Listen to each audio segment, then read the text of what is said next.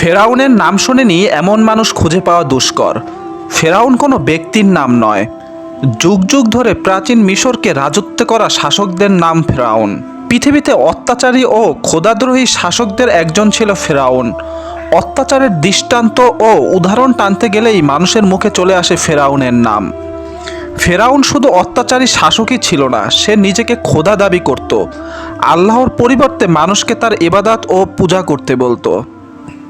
প্রিয় দর্শক, আজকের পর্বে আমরা আলোচনা করব ফেরাউন কে এবং এই ফেরাউনের কিভাবে পতন ঘটেছিল।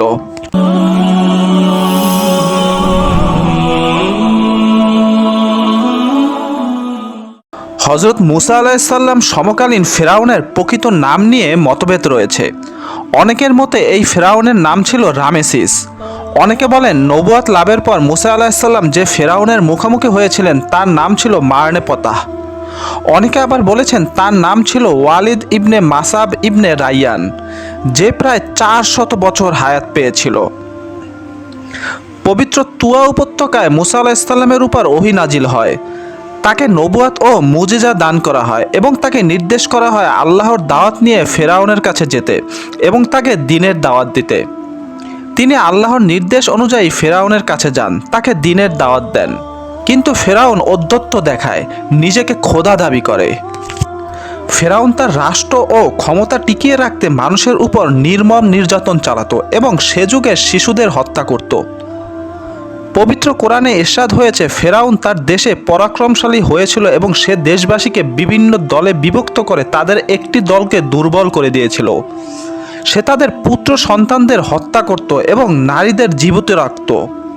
নিশ্চয় সে ছিল অনর্থ সৃষ্টিকারী। পবিত্র কোরআনে 27টি সূরায় সর্বমোট 74 বার ফেরাউনের কথা উল্লেখ রয়েছে এবং খোদাদ্রোহী এই অত্যাচারীর করুণ পরিণতির কথা তুলে ধরা হয়েছে। ইতিহাসের বর্ণনা মতে ফেরাউন কোনো ব্যক্তির নাম নয়, এটি তৎকালীন মিশরের সম্রাটদের উপাধি। কিপ্তি বংশীয় এই সম্রাটরা কয়েকশো শতাব্দী ব্যাপী মিশর শাসন করেছেন।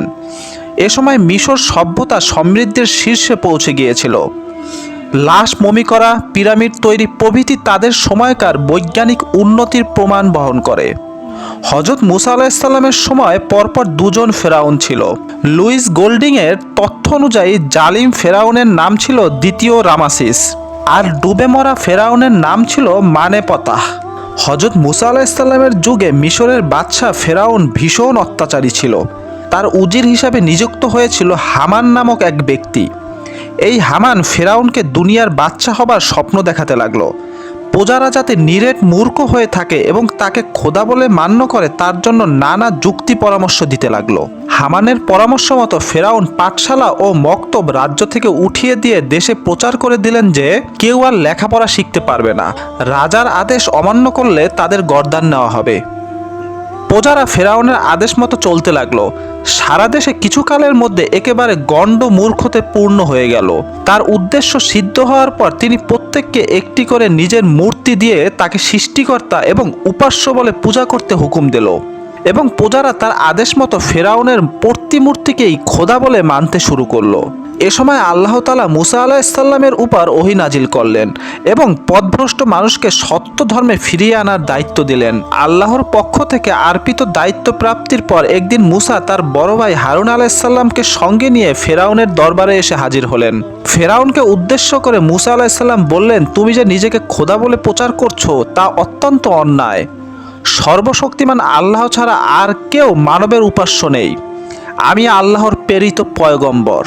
ফেরাউন তাকে তাচ্ছিল্য করে তার উপর এবং তার ধর্মে বিশ্বাসীদের উপর বিভিন্নভাবে নির্যাতন চালাতে লাগলো।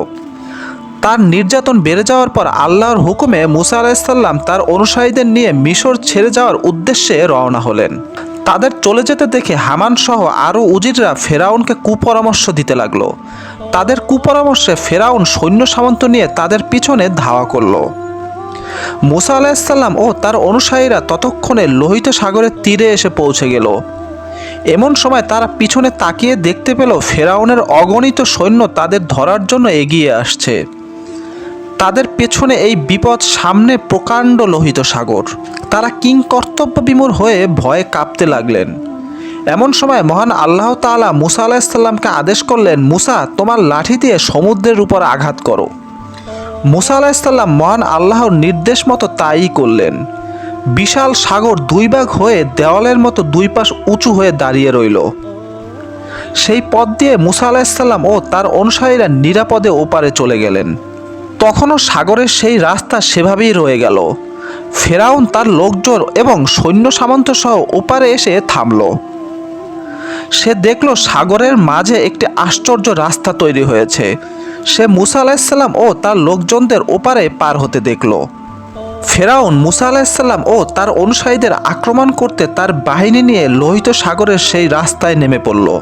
যখন ফেরাউন তার বাহিনী নিয়ে সাগরের মাঝামাঝি এসে পৌঁছালো, এমন সময় মহান আল্লাহ মুসা আলাইহিসসালামকে বলল, তাড়াতাড়ি সাগরের উপরে তোমার লাঠি দিয়ে আবার আঘাত করো।